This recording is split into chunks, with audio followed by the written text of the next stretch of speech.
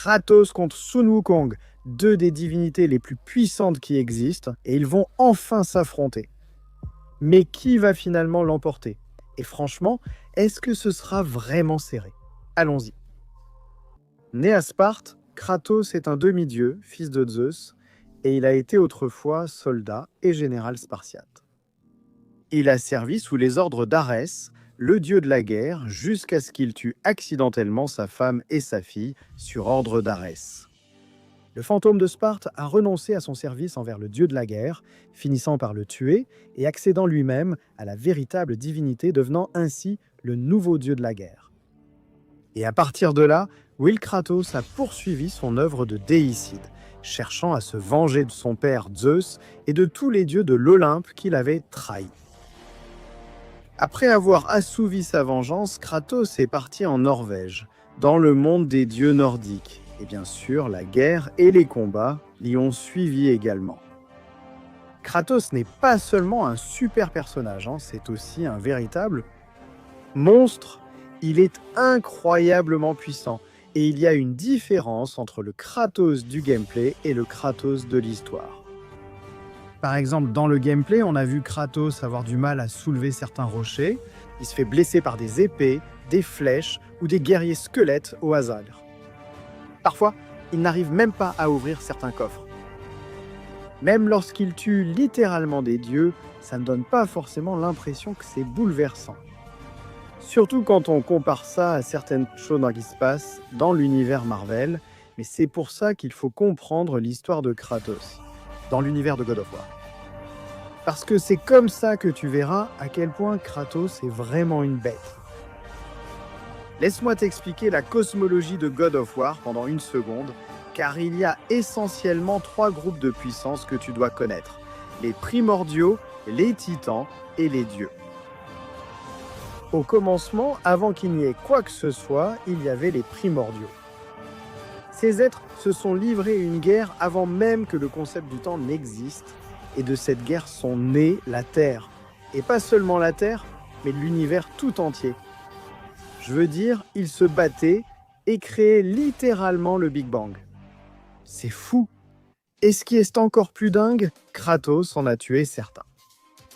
Comme Gaïa, la Terre-Mère, le premier être à avoir jamais existé. Kratos l'a tué. Thanatos, la personnification primordiale de la mort. Et responsable d'avoir aidé à créer l'univers, Kratos l'a tué. Le concept même de la mort, et Kratos l'a tué. Puis viennent les titans, descendants des primordiaux. Comme Chronos, le roi des titans. 16 000 pieds de haut, 7 millions de tonnes. Et quand ce titan a essayé d'écraser Kratos avec ses doigts, eh bien Kratos a réussi à le repousser. C'est comme retenir des millions, voire des milliards de tonnes de force. C'est une démonstration absolument folle. Prono a eu les mêmes combats qui secouent l'univers contre les primordiaux. Mais il n'a pas pu vaincre ni tuer Kratos. Kratos l'a refait. Cette fois, il se battait contre Atlas, un titan qui est à peu près aussi fort que Chronos. Et chargé de porter le ciel sur ses épaules, Atlas a essayé d'écraser Kratos, tout comme Chronos l'avait fait, mais Kratos a réussi à résister et à le repousser, tout comme il l'avait fait avec Chronos. Attends, laisse-moi m'assurer que tu comprends bien. Atlas est le titan le plus fort dans God of War. Il a fallu la puissance combinée d'Hadès et de Poséidon pour l'arrêter. Il pouvait porter tout le cosmos sur ses épaules et l'empêcher de s'effondrer. Et dans God of War, il a été confirmé à plusieurs reprises que le ciel et le cosmos entier sont littéralement infinis et sans limite. Atlas accomplit le même exploit que Superman lorsqu'il a soutenu un livre aux pages infinies où qu'Hercule a porté le ciel littéral, c'est-à-dire porté l'infini. Pourtant, il n'a pas réussi à écraser Kratos, alors que Kratos n'est aussi qu'une fraction de sa taille. Ensuite, il y a les moments où Kratos s'est battu contre des dieux, et en particulier contre certains dieux nordiques très puissants comme Thor. Thor est tellement fort et puissant que son combat avec Jormungandr a fendu l'arbre Yggdrasil, et voici à quoi ressemble un arbre lorsqu'il est fendu. Mais Yggdrasil est bien plus qu'un simple arbre. C'est une construction qui transcende l'espace et le temps et qui soutient toute la création par son existence, renfermant les univers infinis contenus dans la mythologie nordique. Thor a brisé cette vérité lors de son combat contre Jormungandr, et il a renvoyé Jormungandr en arrière dans le temps d'un coup de poing, jusqu'à avant même sa propre naissance. C'est ce type que Kratos a affronté, et c'est celui que Kratos a réussi à vaincre et à dominer à la fin du jeu. Et pas seulement ça, mais il a aussi vaincu des dieux comme Hadès, arraché l'âme d'Hadès, vaincu Baldur, un type capable de mettre knock-out le serpent monde avec seulement 3 coups de poing, et il a même vaincu Zeus et Odin eux-mêmes, battant littéralement des êtres de niveau universel et de pères célestes tout seul. Il était vraiment le tueur de dieux ultime.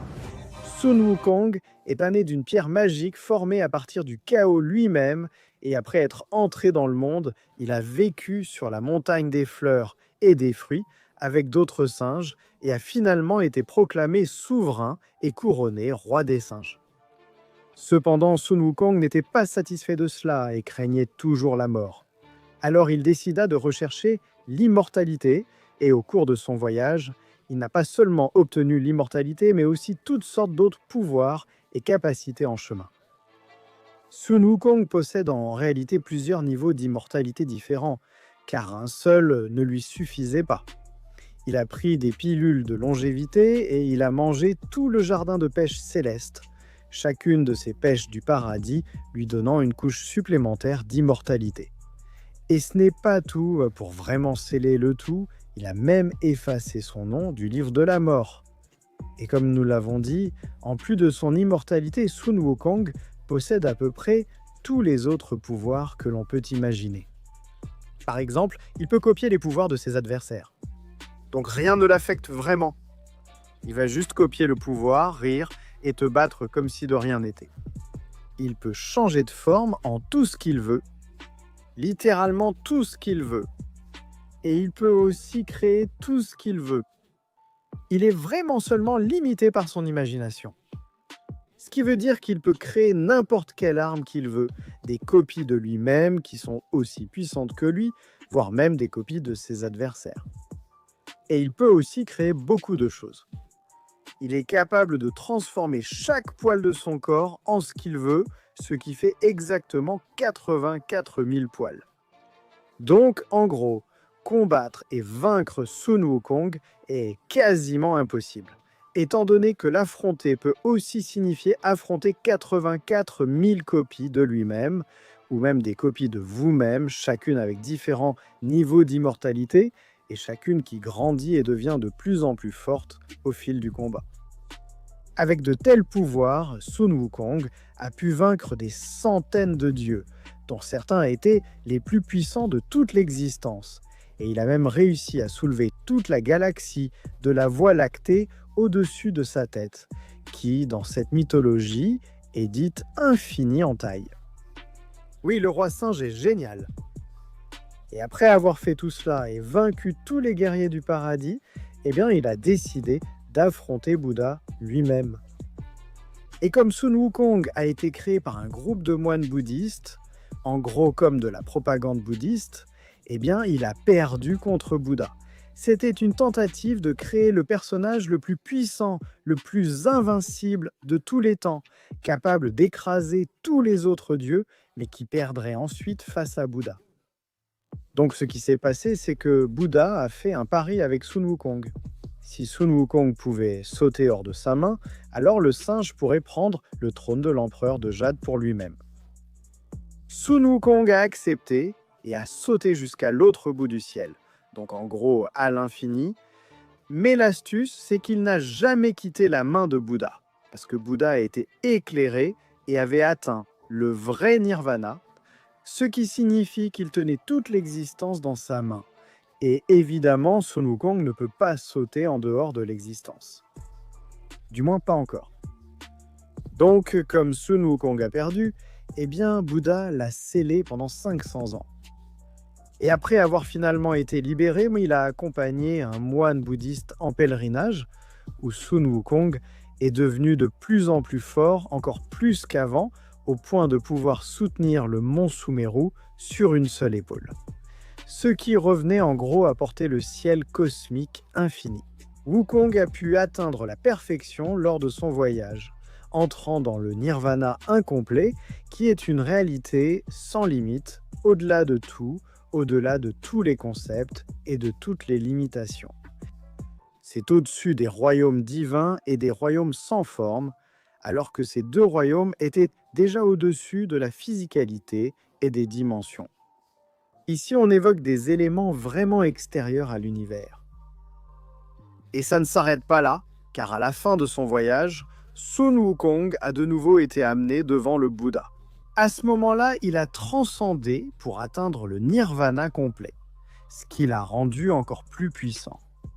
C'est le Dieu le plus puissant qui existe. Il est littéralement au-dessus de tout ce qui existe, au-dessus de la vie, au-dessus de la mort. Il est omniscient, omniprésent et omnipotent. Il est Sun Wukong, le Bouddha combattant, sans doute le personnage le plus puissant de toute la fiction. Alors, qui gagne ici ? Eh bien, analysons cela. Donc Kratos est spécialisé avec brio dans le fait de tuer des dieux et des êtres immortels. Il a littéralement écrasé presque tous les êtres immortels sur son chemin, et il a adoré chaque seconde de tout ça. Donc dans God of War, il y a essentiellement 3 niveaux ou groupes de puissance différents. Les primordiaux, les titans et les dieux de l'Olympe. Au commencement, avant toute chose, il y avait les primordiaux. Ces êtres se faisaient la guerre avant même que la notion de temps n'existe. Et de cette œuvre naquit la Terre. Et pas seulement la Terre, mais l'univers tout entier lui-même. Ils se battaient à coups de poing et créaient littéralement le Big Bang. C'est fou. Encore plus fou, Kratos a tué certains de ces types. Il a même tué Gaïa, la Terre-Mère elle-même. Elle est le premier être de l'histoire de God of War, précédant tous les primordiaux, eux-mêmes antérieurs à l'univers. Gaïa est un être omniprésent, capable d'exister partout en même temps, d'exister à toutes les époques, même de voir l'avenir, et Kratos l'a tué. Et Zeus en même temps, et ce n'est pas le seul primordial qu'il a tué. Il s'est aussi battu contre et a tué Thanatos, la personnification primordiale de la mort. Ce type existait avant l'univers lui aussi. Il a combattu dans la guerre primordiale, il a même créé sa propre dimension. Ici, Kratos est en train de le tuer. Certes, c'était un combat difficile, ce n'était pas facile pour Kratos de faire ça, mais ce type est l'un des primordiaux les plus puissants qui a jamais existé, l'incarnation littérale, le concept même de la mort. Ce n'allait jamais être un combat facile. C'est l'un des combats où tout le monde a commencé à prendre Kratos au sérieux. C'est à ce moment-là que Zeus a commencé à réellement avoir peur de Kratos, l'appelant le destructeur de mondes. Tu veux savoir autre chose de fou ? Les titans et les dieux sont au même niveau que les primordiaux. En fait, ce sont eux qui ont remplacé les primordiaux. Les titans sont issus des primordiaux et ont régné sur la création pendant un âge d'or, de paix et de prospérité où les titans étaient tout-puissants. Jusqu'à ce que le fils de Cronos se lève pour les renverser et établir le mont Olympe. Kratos a aussi affronté et vaincu certains titans. Il en a même tué quelques-uns, comme Atlas. Nous avons déjà parlé de ce gars plus tôt, mais il est le titan le plus fort dans God of War. Il pouvait soutenir la Terre d'une seule main.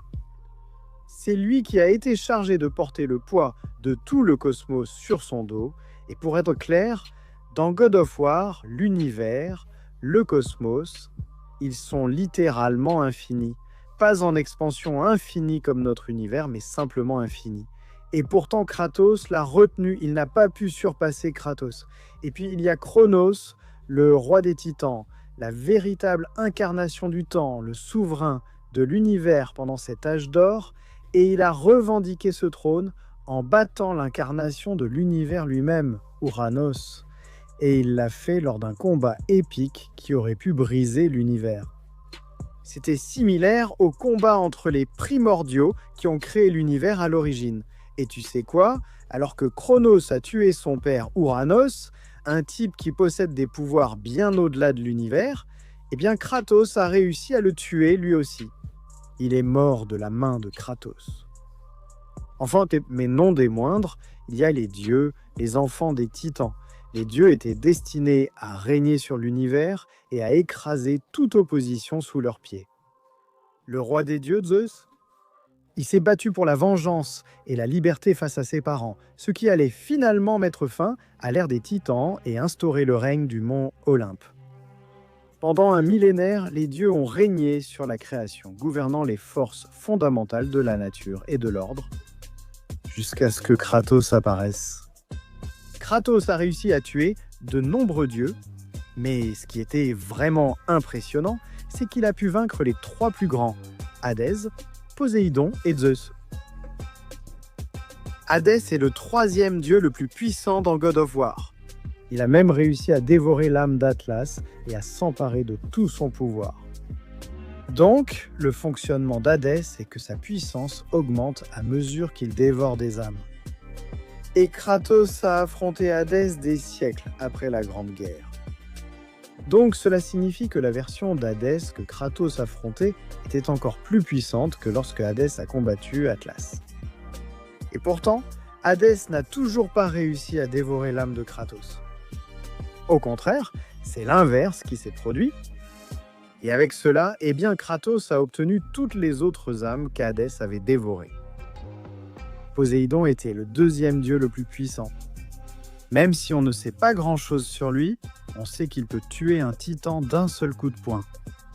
Il aurait même tué Gaïa elle-même si ce n'était pas pour Kratos, s'il n'était pas arrivé à Poséidon en premier.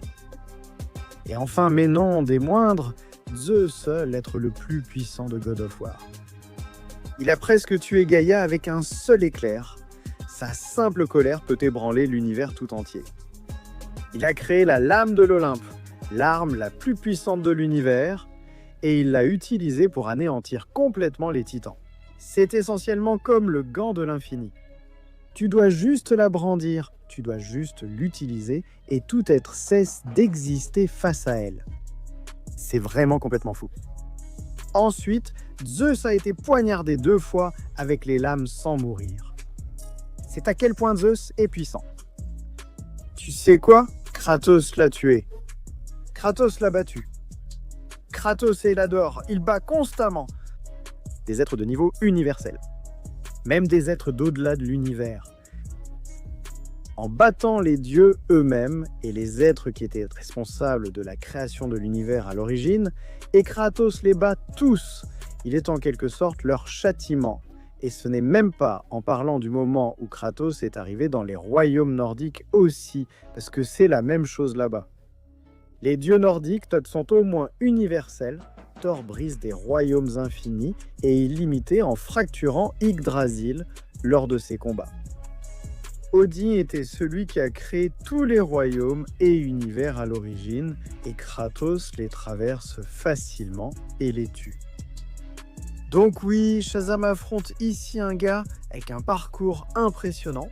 Kratos est une vraie bête, surtout quand on prend en compte tout le lore autour du personnage dans cet univers. God of War, c'est du lourd. Kratos affronte constamment des êtres de niveau universel, voire des êtres qui dépassent même l'univers. Mais Sun Wukong a la particularité de ne pas pouvoir être tué. Il est littéralement impossible à tuer. Il possède des couches et des couches d'immortalité. Et tout ce qui essaie de le tuer ne fait que le rendre plus fort et encore plus puissant. Et non seulement il a un palmarès tout aussi impressionnant que Kratos, ayant vaincu des centaines de dieux, soulevé des royaumes infinis sur ses épaules avec tous les pouvoirs possibles, mais à la fin de son voyage vers l'ouest, Sun Wukong a atteint la perfection et l'illumination, ce qui le place clairement hors de portée de Kratos. Au début, Wukong venait tout juste d'atteindre le stade restant du nirvana, et rien que cela dépasse déjà tous les concepts de tout, et littéralement tout. Rien que cela constitue pratiquement un domaine outerversal, car le nirvana incomplet était déjà au-dessus des royaumes divins et des royaumes sans forme, qui eux-mêmes dépassent et transcendent les royaumes mortels. Puis Sun Wukong est allé encore plus loin et a réellement atteint le nirvana complet, ce qui est un niveau entier au-dessus du nirvana incomplet, car les êtres du nirvana restant ne pouvaient ni percevoir ni comprendre quoi que ce soit dans le nirvana complet.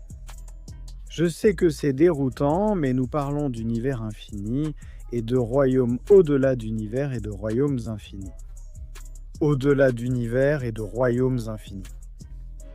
Quand Sun Wukong est devenu Bouddha Wukong, il a pu contempler tout cela d'en haut. Il était omniprésent, omniscient, omnipotent et fondamentalement le personnage le plus puissant et déséquilibré de la fiction. Aussi puissant que soit Kratos, ce combat n'est même pas du tout équilibré. Sun Wukong transcende littéralement tout ce que Kratos peut même imaginer. Il n'est pas seulement tout puissant, mais littéralement immortel et impossible à tuer. Il est capable de créer tout ce qu'il peut imaginer, avec en plus le pouvoir de créer 84 000 versions de lui-même. Pour combattre Kratos, chacune de ces versions alternatives est aussi puissante que le vrai Wukong. Il n'y a aucun doute ici. Il n'y a pas besoin de débattre. Il n'y a tout simplement plus rien à dire. Sun Wukong gagnait ici. Et ce n'est même pas vraiment serré. Qu'en pensez-vous ? Donnez votre avis en commentaire. Je sais que vous allez avoir des avis et des sentiments là-dessus, c'est certain. Peut-être que vous êtes resté jusqu'ici et que vous avez regardé la vidéo jusqu'à la fin. C'est incroyable. Merci de nous regarder et de nous soutenir. Abonnez-vous si vous le souhaitez. Eh bien, abonnez-vous, vous verrez plus de vidéos comme celle-ci chaque semaine. Je vous verrai à ce moment-là. Je vous verrai la prochaine fois.